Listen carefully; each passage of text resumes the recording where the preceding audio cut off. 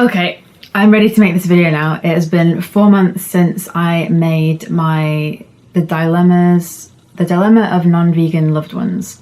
And I had so many comments in that video because I think a lot of you vegans who watch me on this channel could really relate to certain things I was saying, and some of you vegans really disagreed and didn't feel that way about the non-vegan friends and family in your life. You still feel like you can connect to them even though you're vegan.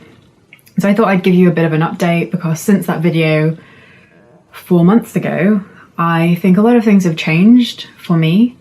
And I also want to start before that by saying I don't only live vegan, and this is not me saying I'm a better vegan than you or anything like that, but I'm a vegan activist, my boyfriend is a vegan activist, we do activism in all of our free time and we make videos about it.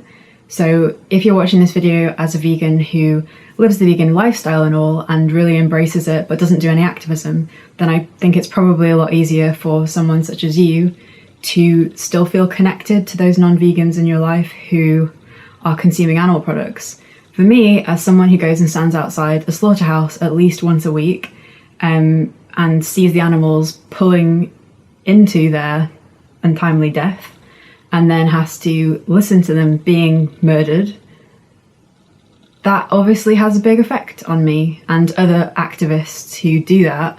It also makes you feel very differently towards the non-vegans in your life because I have grown to resent them, and I thought that was me. I thought that was something I was feeling that I shouldn't feel, but when you're standing outside a slaughterhouse at 6:30 in the morning in Ashton, a very poor part outside of Manchester, and you're standing there and you're literally saying goodbye to these animals and they're looking at you and you can't do shit for them, and the reason you're there is because of those non-vegans in your life who choose to eat animal products when they don't need to because of their selfish choices, because they ignore the fact that you're vegan and they probably don't listen to you as much as you'd like. And I have got to a point now where I can't really connect with the non-vegans in my life, and I'm especially feeling this now. And I haven't done an announcement on this channel, but I'm pregnant. I'm 14 weeks pregnant, and I'm noticing that with some of my really old non-vegan friends who, I've been friends with them for more than 10 years, and they are now messaging me and they want to be involved in my life because I'm going to be having a baby, and I'm finding that really difficult because I'm thinking, you're someone who, it's not even a belief thing, on the last video, a few people commented, oh, but veganism is like religion. I understand why you draw that comparison, but veganism is not like religion because veganism is not based on beliefs. It isn't a belief that hurting animals is wrong. It's wrong. It's having values. It's having a moral baseline. Whereas believing in God, that's a belief. That's something that not everyone believes. It's not about values. So I understand why you make the comparison between, different religions can be friends. That's actually easier, I think, for people of different religions to be friends than sometimes vegans and non-vegans, because if you're living vegan and you're an activist on top of that, and you're doing things like going and standing outside slaughterhouses at 6:30 in the morning for several hours in the cold with the other activists, having to say goodbye to the animals, and feeling horrendous because you can't do anything else for them apart from give them a little bit of comfort before they're about to be killed when they don't have to be. And then you're going back to your life with the people around you who are not vegan, they're not living vegan, they probably don't talk to you about why you're vegan because it makes them feel uncomfortable. And they're the reason you do that, and you're fighting really, really strongly against all the things that they're choosing to do. And it hurts, it really hurts.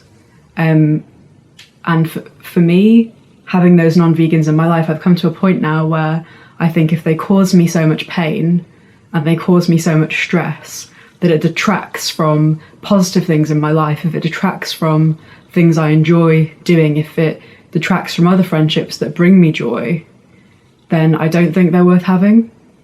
And that's the conclusion I've come to. And I know a lot of you watching will probably think that's really militant and I'm too extreme, but I've been thinking about this for a long time now. And Andrew doesn't feel exactly the same as I do, but when I think about having this baby and bringing this baby up, I, of course, have people in my life who are non-vegans who I wouldn't cut out, certain family members, for example, because you can choose your friends, but you certainly can't choose your family. And they'll still be around, but the people who will have the most influence on this child's life will be vegan. And the vegan friends I have just so happen to be the most inspirational, the most wonderful, the most compassionate, the most intelligent, the most incredible people in my life. And I've made connections with vegan activists that I've met through YouTube and through, going to events and festivals.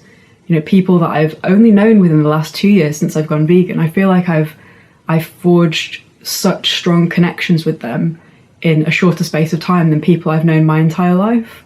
People that I can no longer connect with. Yeah, I still have stuff in common with them, but I have trivial shit in common with them that doesn't mean anything.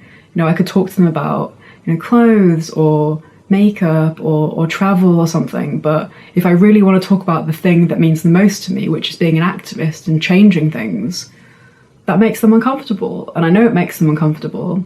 And that's not a friendship to me, avoiding certain topics because the other person will feel uncomfortable. And I'm most at ease when I'm around other vegans, and I'm the most at ease when I'm around other vegan activists. And I think 4 months ago when I made the other video, I was in a point where I was kind of being apologetic for those people because I was saying, they haven't really made the connection yet and they're going to get there. But that's sort of when you're talking about people's journeys and, hurry the fuck along with your journey because the animals are dying and you don't really have time, and saying that you're on some sort of special journey and you're going to get there in your own time is a cop-out. And, I only went vegan 2 years ago, but if I'd had the information when I was 13, when I became vegetarian, that I have now, I would have been vegan then. And that's why when I talk to certain friends in my life, like I have one friend who's vegetarian and she is an animal lover, or I should say an animal lover. And I've talked to her since I went vegan now, about dairy and eggs and the horror of dairy and eggs. And she also claims to be not just an animal lover, but a feminist on top of that. She's also an academic. I've known her for over 10 years. She went vegetarian a long time before I did. I think she was about 7 or 8 years old. She's not vegan yet. She's someone who I fail to understand. She's someone who I don't feel I have a connection with anymore. And friends like this, they're the reason I stand outside in the cold. They're the reason I'm doing all the activism that I'm doing. And they wonder why it's difficult for me and other vegans and other activists to hang out with them and pretend like we have the same sort of friendship we used to. And being a vegan changes you. Being a vegan activist changes you beyond words. Going to saves changes you forever. And it wasn't a plan. I didn't plan to become vegan, really. I didn't plan to become an activist, but it's what I've become. And I have this purpose, and those people in my life who can't understand that and who still want to talk to me about things that don't really matter, I don't have time for. And I know a lot of you watching will think I'm really horrible, probably, that I'm not a nice person. But if you are one of those people who's watching who thinks that, I have to ask something of you, and that is, have you ever been to a save before? And this is addressed to whether you're a vegan or a non-vegan. And if the answer is no, then go. And then maybe come back and watch this video after you've been. Because once you've been to a save and you've looked into the eyes of beings who want to live so desperately, as much as you do, that you can do nothing for, that you have to watch pull away in a truck, a Holocaust truck, because that's what it is. And you have to watch them drive a little further, a few meters down the road, and then you have to listen to them screaming. After you've experienced that, come back and watch this video and tell me I'm extreme, tell me I'm militant, tell me I'm compassionless for the non-vegans, because that has changed me. And it's also changed my opinion of the non-vegans in my life. And I do want to spend time with some of the non-vegans, sure, still, but the numbers of those are very, very few.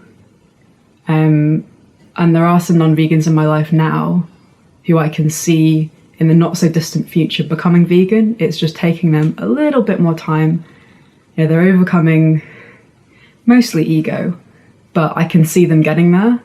Whereas there are more non-vegans in my life now that I can't ever see being vegan.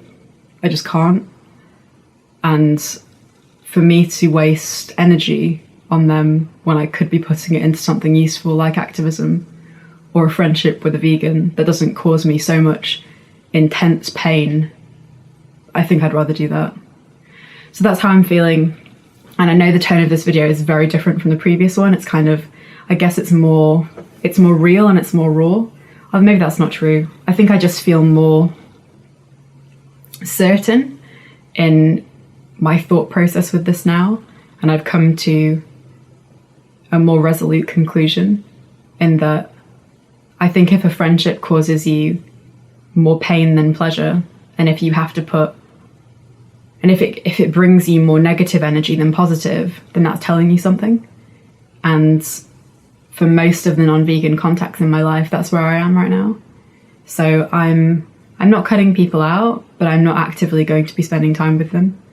And I feel like that's the right decision for me right now, especially with my pregnancy and because of the things I plan to do during my pregnancy.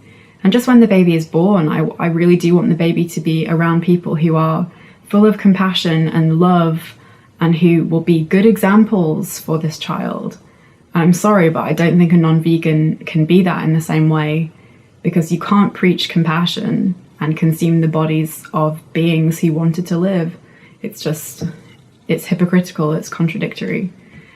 So comment below, let me know what you think. I'm sure a lot of you can have a lot of opinions. If you disagree with me, I'm not you.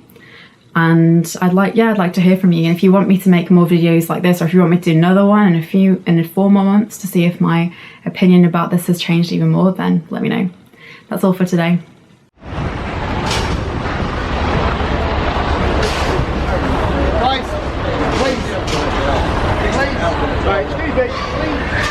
And if you get a green light, it means that you're not in your fertile stage. So just to clarify, I did use Lady Comp and FAM, fertility awareness method,